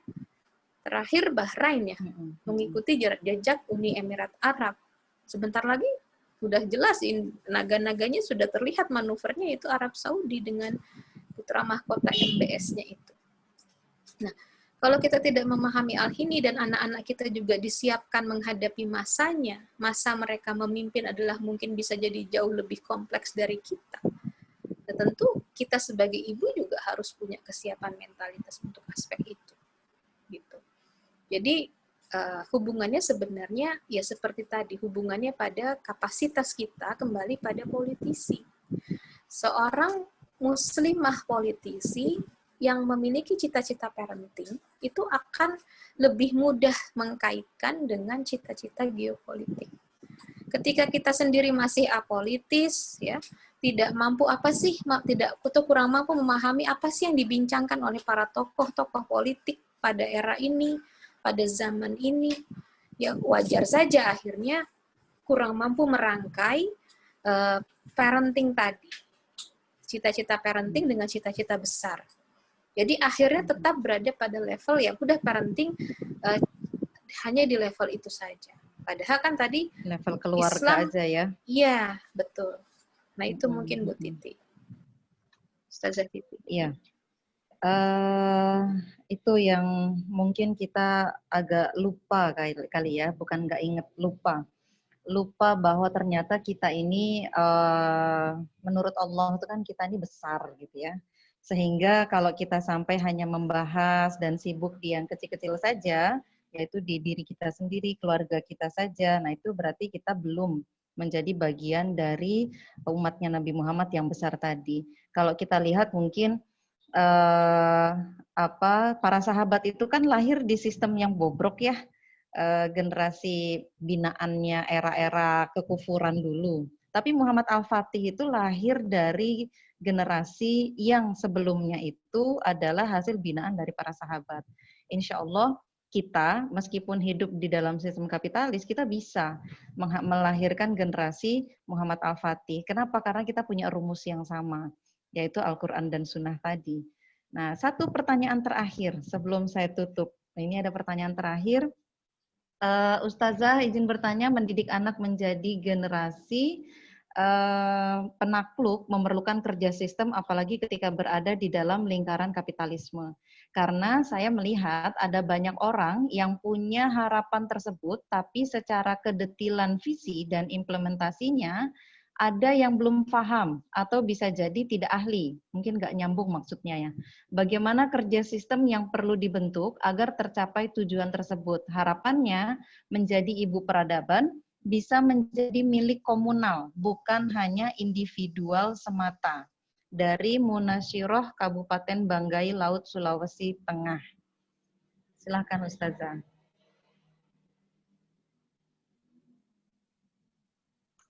Iya, baik. Bagaimana? Ya, memang hari ini kerja sistem ya. Kalau tantangan sistem memang luar biasa. Yang memang pasti ada keterbatasan, akan sangat berbeda ketika ada daulah khilafah yang memfasilitasi kita dengan berbagai penerapan Islam di berbagai bidang, tentu akan luar biasa. Tapi itulah ciri dari generasi pionir kan. Kalau Ibnu Khaldun dalam kitab Muqaddimahnya itu kan perubahan itu selalu diawali oleh para pionir yang mereka lebih banyak berkorban. Dan ciri pionir itu selalu memang mereka akan banyak berkorban, mereka akan hidup sederhana gitu ya. Kalau kita lihat pendahulu-pendahulu negeri ini pun juga kan beda sekali dengan menteri-menteri sekarang yang kendaraannya Pajero, kendaraannya mungkin apa ya. Dulu ya itu kalau kita bicara melihat sejarah normal saja, kita belum bicara ke Islam secara langsung. Tapi itu ciri khas dari manusia ketika memang dia ingin memperjuangkan satu perubahan besar. Ketika dia merasa ada situasi yang tidak ideal. Dan memang sangat sulit mungkin, tapi kan kita tidak putus asa. Karena fakta bukan sumber berpikir, tapi Al-Quran dan As-Sunnah adalah sumber berpikir kita, sumber hukum kita. Ya, dan kita juga tidak boleh lupa, pertolongan Allah itu jauh lebih kuat. Yang menggerak-gerakkan hati anak-anak kita, yang membolak-balikkan hati anak-anak kita adalah Allah. Keyakinan akan itu yang sangat harus ditanam. Seperti nasihatnya Ustazah Dedeh ya, yang saya kutip tadi tidak saya bahas gitu. Saya bacakan ya sekarang di slide ke-14 ada beberapa poin yang sangat inspiratif menurut saya. Pertama, meluruskan pemahaman bahwa anak itu adalah amanah ya, bukan beban. Kokohkan keyakinan Allah menganugerahi kita kemampuan mengurus anak, bekali diri ilmu, hiasi diri dengan kesabaran, kerjasama, dan senantiasa berdoa kepada Allah untuk kebaikan anak-anak dan kemudahan dalam mengurusnya. Apalagi ketika kita doa, waj'alna lil muttaqina imama. Itu mereka menjadi pemimpin atau pemimpin bagi orang-orang bertakwa. Jadi bukan hal yang tidak apapun. Kalau mungkin kita hitungan dengan akal manusia, kayaknya sekarang dukungan Islam sangat nol besar, bahkan negatif gitu ya, malah membiarkan anak-anak kita semakin terjerumus gitu. Ya karena itu kita harus punya strategi memang. Dan kayak saya pikir ya dengan adanya komunitas, salah satunya komunitas ibu peradaban ini, komunitas parenting, Masya Allah. Dan juga anak-anak kita juga kita ajak melihat realitas setelah mereka siap ya pada fase tamyiz atau pada fase-fase yang sudah siap, akal mereka sudah mulai sempurna, kita ajak mereka untuk melihat penderitaan umat gitu ya. Ini masalah-masalah yang disebabkan tidak diterapkannya hukum-hukum Allah begitu. Ya memang pasti banyak kendala gitu. Cuman kan sebagai seorang muslim dan muslimah ya, yang berpikir produktif dan strategi, kita akan selalu menemukan solusi di berbagai tumpukan masalah karena kita paham akar masalahnya. Dan tadi anak-anak itu kan sesuai dengan warna aktivitas besar orang tuanya. Jadi kalau mereka memahami orang tuanya ini adalah dai dan daiyah, para pejuang dakwah, para pejuang perubahan, begitu. Ya, itu yang memang akan terus diperjuangkan akan ditangkap ya semangat itu, jiwa itu. Nah tadi kata Ustazah Reta juga, saya kutip bahwa pada dasarnya mendidik anak itu adalah sama dengan mendidik jiwa, mentransfer jiwa kita, begitu. Ya kalaupun mungkin belum ideal, ya tadi seperti kata Bu Titi, mungkin 2 generasi berikutnya akan tercipta yang betul-betul penakluk. Tidak ada salahnya menginvestasikan cita-cita dari sekarang. Karena kita tahu, para kapitalis besar itu, mereka punya proyeksi pembangunan kota itu 30 tahun ke depan, 50 tahun ke depan, visi jangka panjang, bukan sekedar di sini dan sekarang. Tapi mereka itu, untuk satu skenario bisnis saja, itu bisa jangka panjang ya, tidak setahun 2 tahun. Apalagi kita ingin membangun skenario peradaban. Mungkin memerlukan waktu ratusan tahun. Tapi insya Allah tidak ada yang sia-sia di mata Allah. Begitu. Dan yang saya yakini adalah dari perjalanan hidup saya juga dan juga dari banyak kisah para pejuang-pejuang yang lain, Allah itu tidak pernah meremehkan cita-cita orang beriman. Ya. Kalau kita punya cita-cita dan kita minta kepada Allah, apalagi cita-cita ini diniatkan untuk kebaikan umat Muhammad SAW, Allah akan bukakan pintu-pintu kebaikan itu. Ya, pintu-pintu kemudahan, tangga-tangga menuju tercapainya cita-cita itu. Meskipun mungkin tidak di generasi kita, tapi estafet peradaban itu akan terus terjadi. Ya seperti tadi dicontohkan, bagaimana di masa Rasulullah sudah ada Khalid bin Walid sih, ahli perang ya, ahli strategi perang, sudah ada Umar, sudah ada Muawiyah, gubernur Syam yang menciptakan pasukan maritim pertama ya, membuat kapal pertama, menaklukkan Konstantinopel, menaklukkan Laut Tengah aja dulu, itu langkah pertama yang dilakukan Muawiyah. Ditaklukkannya Pulau Rhodes ya pada beberapa tahun pada masa kepemimpinan Muawiyah. Sampai itu berabad-abad jaraknya sampai Muhammad Al-Fatih. Tapi dirintisnya, semangatnya, cita-citanya itu sudah diinvestasikan berabad-abad sebelumnya, bergenerasi-generasi sebelumnya. Bayangkan. Ya. Karena kan kalau kita lihat peta ya kembali Jazirah Arab menuju Konstantinopel itu menyeberangi Laut Tengah gitu. Sementara pada saat itu kaum muslimin sama sekali tidak punya armada laut sekuat, ya waktu itu yang punya kekuatan besar itu kan Romawi dan Persia. Romawi itu kekuatan lautnya luar biasa. Tapi ternyata di masa Khilafah Utsmani justru kita punya kekuatan angkatan laut yang luar biasa. Yang bahkan bisa menandingi kekuatan laut Bizantium pada saat itu. Ya. Salah satu keahlian dan kepiawaian strategi laut kejeniusan itu kan dipertontonkan oleh Muhammad Al-Fatih. Tapi sayangnya tidak ada pakar geopolitik hari ini yang merujuk pada masterpiece Muhammad Al-Fatih. Itulah karena ilmu geopolitik hari ini pun sudah ditimbun oleh pemikiran-pemikiran barat sekuler. Ya, mungkin itu yang bisa saya sampaikan. Jadi, sedikit yang dari apa yang bisa saya sampaikan. Ya, kerja sistem hari ini memang berat, tapi karena kita sedang merintis satu perjuangan besar, dan anak-anak kita yakinlah mereka akan menangkap jiwa kita, mereka akan menangkap semangat kita, cita-cita kita. Ya, dan memang ya banyaklah bekali ilmu dengan bagaimana strategi komunikasi yang tepat dengan anak, ya, strategi bagaimana strategi pengasuhan, ya itu saya pikir banyak sekali ilmunya sudah hari ini.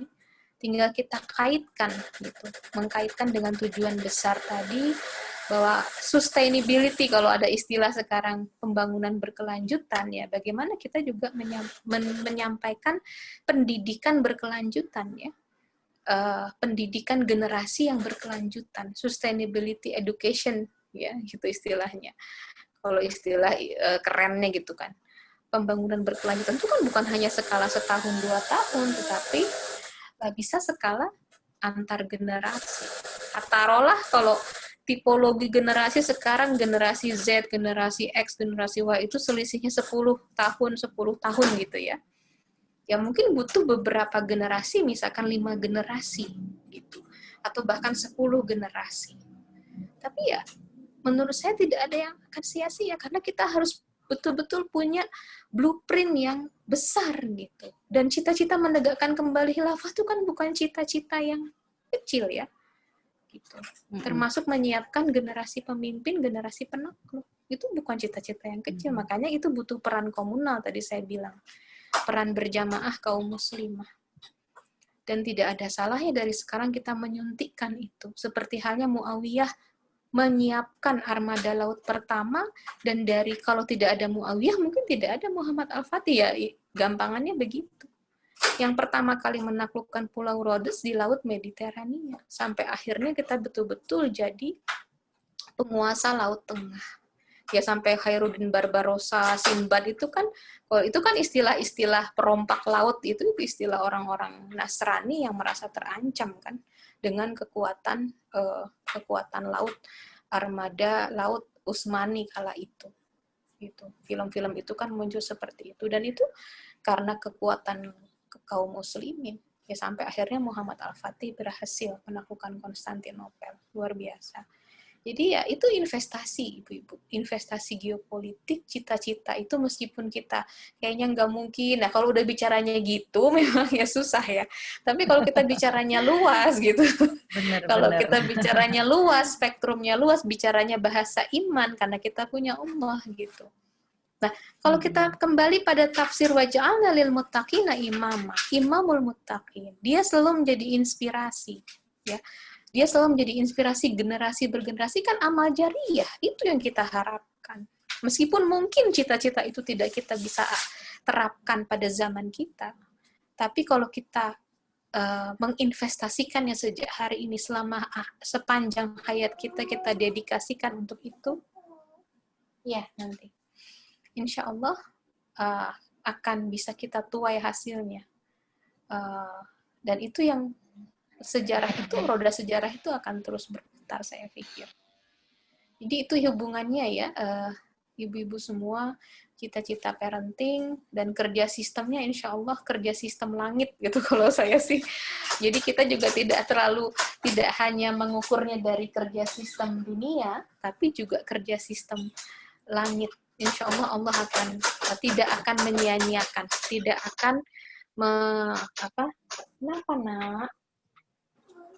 tidak akan menyia-nyiakan cita-cita orang beriman, insya Allah. Begitu, ya. Ustazah. Ya. Iya, kita perlu mengganti semangat nih. Kalau dulu ada semangat 45, kita ganti ke semangat 1453. Jadi semangat perjuangan Muhammad Al-Fatih itu perlu kita breakdown ke anak-anak kita. Sampai juga yang sebelum merubah ke anak, ya berarti kita dululah yang harus dirubah, yaitu orang tuanya. Yang mana kalau kita ingin menghasilkan generasi terbaik, berarti kita harus menjadi orang yang terbaik dulu.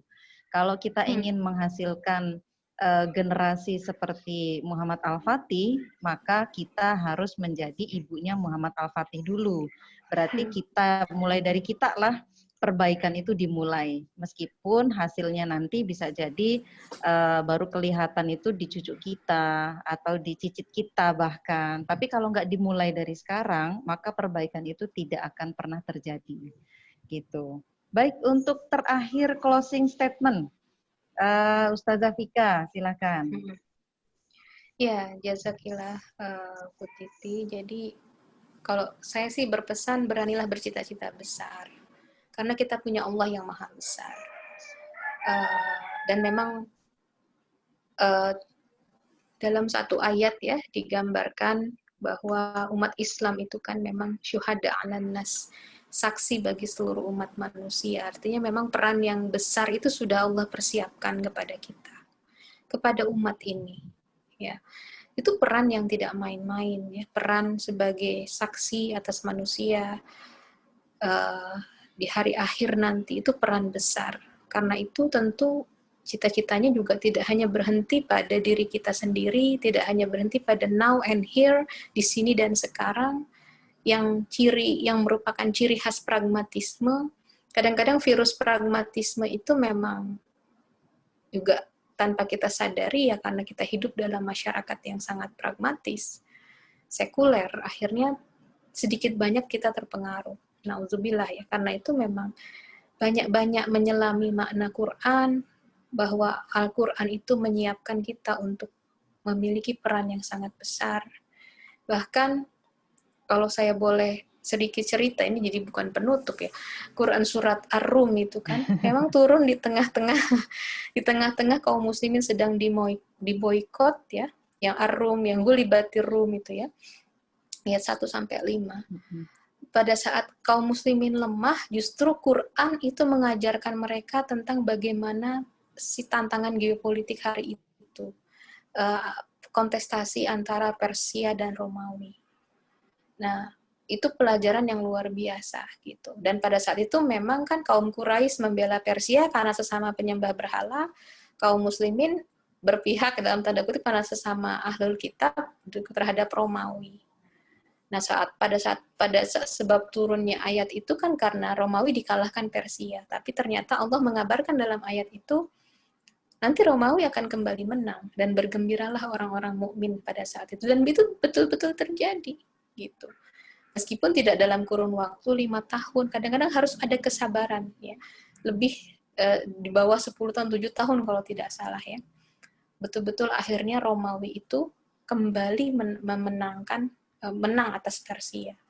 Nah, itu ciri bagaimana Quran itu meskipun ya kaum muslim dalam kondisi lemah, diboikot, tidak punya kekuatan politik, belum ada negara kala itu ya, karena belum hijrah ke Madinah ya. Tetapi justru Allah menyiapkan kaum muslimin untuk memahami tantangan geopolitik. Nah, begitupun kaum ibu, saya pikir ketika Al-Quran sudah demikian rupa menyiapkan kaum muslimin, dan Allah menyiapkan peran besar itu untuk kita, maka ya cita-citakanlah sebesar itu untuk anak-anak kita, atau untuk cucu-cucu kita ke depan, cicit-cicit kita.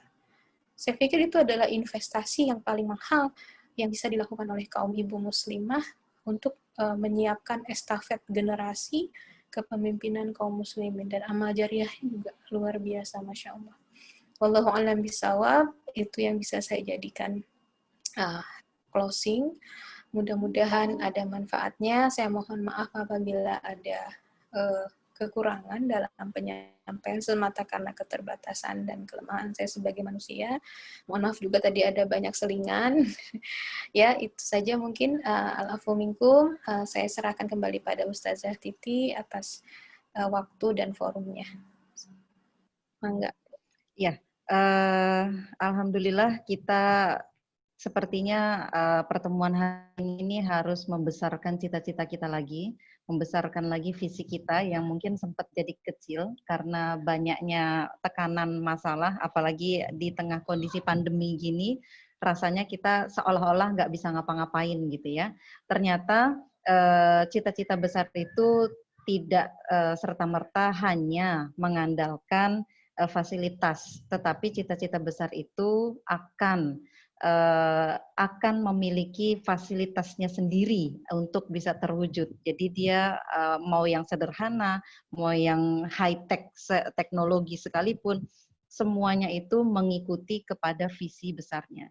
Jadi masalahnya bukan di masalah kita nih lagi pandemi, lagi kapitalis gitu ya, terkungkung dengan sistem komunis, sistem kapitalisme, bukan itu saja, tapi mindset kitanya harus besar, cita-cita kita harus besar, karena Allah sebutkan kita itu adalah umat yang besar. Khairu ummah, kita adalah umat yang terbaik. Dan ini menjadi PR untuk komunitas ibu peradaban. Nah, komunitas ibu peradaban ini adalah salah satu yang harus memiliki kontribusi besar untuk menyadarkan secara komunal ya, bukan hanya individu.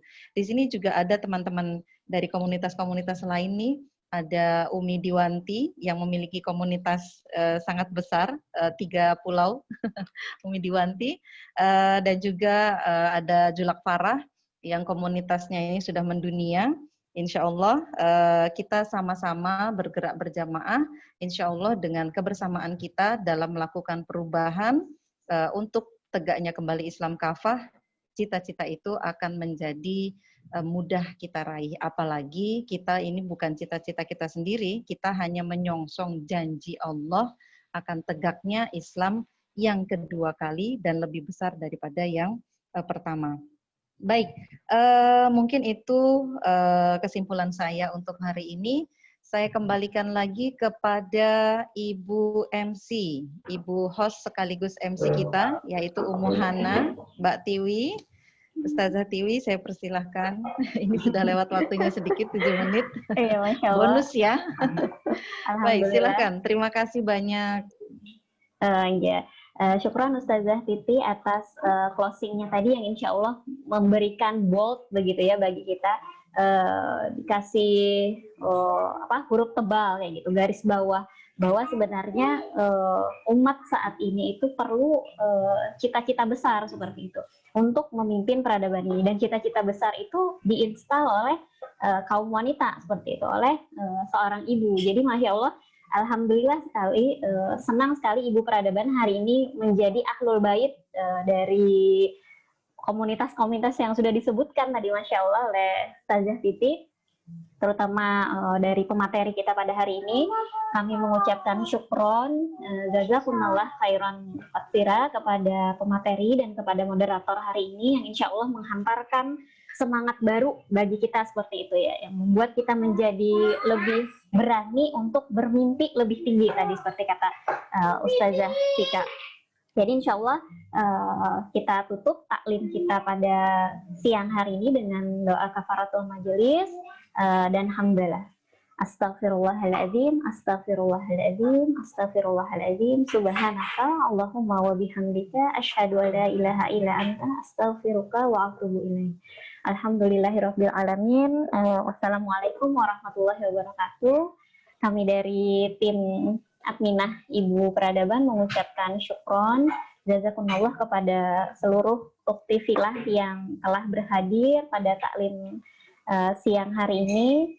Insya Allah nanti untuk pemenang door prize akan kita umumkan di WA group J. Ibu-ibu sekalian. Masya Allah, bukunya masih pre-launch ya Ustazah ya. Ini sudah ada yang udah dapat nih insya Allah. Demikian insya Allah taklim kita siang hari ini. Silahkan kepada ibu-ibu mungkin untuk saling bersapa. Boleh jika ingin live juga. Kami tutup taklim pada siang hari ini dengan salam. Wassalamualaikum warahmatullahi wabarakatuh. Waalaikumsalam warahmatullahi wabarakatuh. Ya, saya pamit ya Ibu-ibu, mohon maaf. Jazakumullah khair atas undangannya. Jazakillah khairan Ustazah. Amin, amin, sami-sami Bu Ustazah Titi. Saya live ya.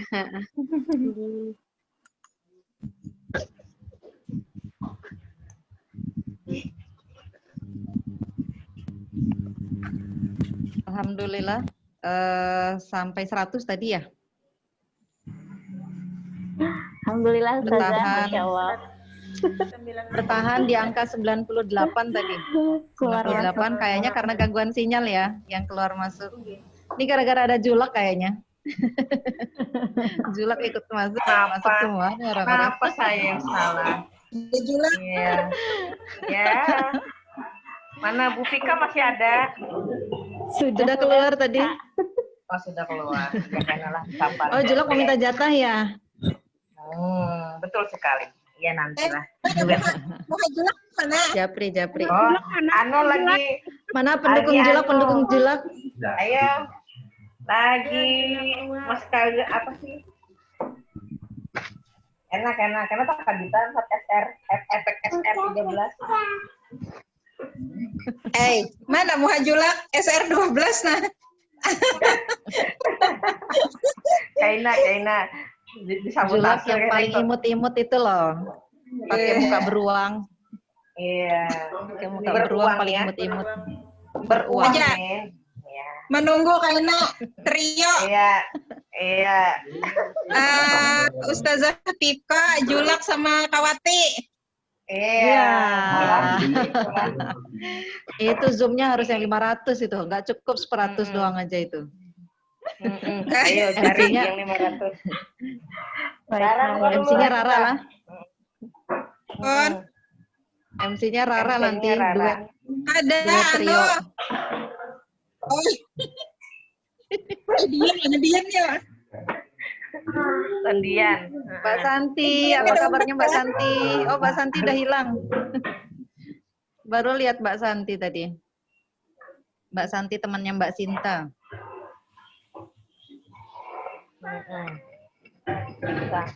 Ya sudah. Jelas. Asal Kita dijinguk nunggu Julak diusir. kenapa? Melihat beruang. Kita nunggu diusir kah? Asal ada keluar. Ditutup dulu Asal ya. ada keluar. Ditutup dulu ya. Terima kasih keluaran. Linknya. Ya, terima kasih Mbak Tiwi. Terima kasih sudah. Enggi. Syukron Ustazah Titi, Masya Allah. Backup luar biasa. Jangan Alhamdulillah. kapok ya Mbak ya. Kayaknya udah minum anti kapok deh. Siap-siap. Izin di end dulu ya. Iya, siap. Assalamualaikum. Waalaikumsalam warahmatullahi wabarakatuh.